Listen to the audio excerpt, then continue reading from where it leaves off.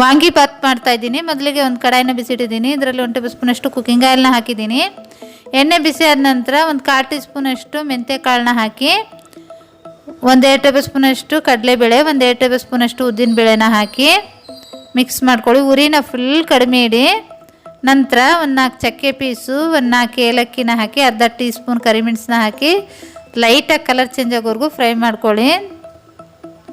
ನಂತರ ಒಂದು 7 ರಿಂದ 8 ಒಣಮೆಣಸಿನಕಾಯಿನ ಹಾಕಿ, ನಿಮಗೆ ಖಾರ ಜಾಸ್ತಿ ಬೇಕಾದ್ರೆ ಸ್ವಲ್ಪ ಜಾಸ್ತಿ ಹಾಕ್ಕೊಳ್ಳಿ. ಸ್ವಲ್ಪ ಕರಿಬೇವು ಎಲೆನ ಹಾಕಿ, 1 ಟೇಬಲ್ ಸ್ಪೂನಷ್ಟು ಧನಿಯಾ ಕಾಳನ್ನ ಹಾಕಿ, 1 ಟೀ ಸ್ಪೂನ್ ಜೀರಿಗೆನ ಹಾಕಿ ಕಲರ್ ಚೇಂಜ್ ಆಗೋವರೆಗೂ ಫ್ರೈ ಮಾಡ್ಕೊಳ್ಳಿ ಚೆನ್ನಾಗಿ. ನಂತರ ಒಂದು 3 ರಿಂದ 4 ಟೇಬಲ್ ಸ್ಪೂನಷ್ಟು ಒಣ ಕೊಬ್ಬರಿ ತುರಿ, 1 ಟೇಬಲ್ ಸ್ಪೂನಷ್ಟು ಗಸಗಸೆನ ಹಾಕಿ ಮಿಕ್ಸ್ ಮಾಡಿ ಗ್ಯಾಸ್ನ ಆಫ್ ಮಾಡಿಬಿಡಿ. ಒಂದು ಪ್ಲೇಟ್ನಲ್ಲಿ ತೆಗೆದುಬಿಡಿ, ತಣ್ಣಗಾಗಕ್ಕಿಡಿ. ತಣ್ಣಗಾದ ನಂತರ ಒಂದು ಜಾರ್ನಲ್ಲಿ ಹಾಕ್ಕೊಂಡು ಪೌಡ್ರ್ ಮಾಡ್ಕೊಳ್ಳಿ ನೈಸಾಗಿ. ಈ ಪೌಡ್ರನ್ನ ಜಾಸ್ತಿ ಮಾಡಿ ಇಡ್ಬೋದು, ಒಂದು 15 ದಿವಸ ಕೂಡ ಇಡ್ಬೋದು. ನೋಡಿ ಈ ಥರ ಪೌಡ್ರ್ ಮಾಡ್ಕೊಂಡಿದ್ದೀನಿ.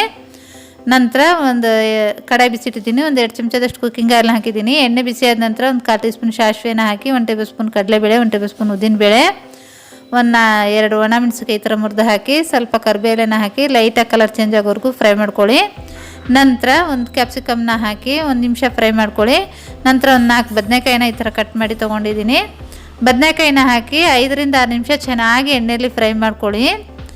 ಮೀಡಿಯಮ್ ಉರಿಯಲ್ಲಿ 5 ರಿಂದ 6 ನಿಮಿಷ ಚೆನ್ನಾಗಿ ಫ್ರೈ ಮಾಡ್ಕೊಂಡಿದ್ದೀನಿ. ಬದನೆಕಾಯಿ ಸಾಫ್ಟ್ ಆಗಿದೆ ಚೆನ್ನಾಗಿ. ನಂತರ ಒಂದು 2 ರಿಂದ 3 ಟೇಬಲ್ ಸ್ಪೂನಷ್ಟು ಹುಣಸೆ ರಸನ ಹಾಕಿ, ಒಂದು ಸ್ವಲ್ಪನೇ ಬೆಲ್ಲನ ಹಾಕಿ 1 2 ನಿಮಿಷ ಬೇಯಿಸಿ. ನಂತರ ಒಂದು 1/4 ಟೀ ಸ್ಪೂನ್ ಅರಿಶಿನ, ರುಚಿಗೆ ತಕ್ಕಷ್ಟು ಉಪ್ಪನ್ನ ಹಾಕಿ, ನಂತರ ನಾವು ಪೌಡ್ರ್ ಮಾಡ್ಕೊಂಡಿದ್ವಲ್ವ ವಾಂಗಿಬಾತ್ ಪೌಡ್ರನ್ನ ಹಾಕಿ ಮಿಕ್ಸ್ ಮಾಡಿ. ಮಿಕ್ಸ್ ಮಾಡ್ತಾ 1 ನಿಮಿಷ ಬೇಯಿಸಿ, ಜಾಸ್ತಿ ಬೇಯಿಸಬೇಡಿ. ನಂತರ ರೈಸ್ನ ಹಾಕಿ ಮಿಕ್ಸ್ ಮಾಡ್ಕೊಳ್ಳಿ.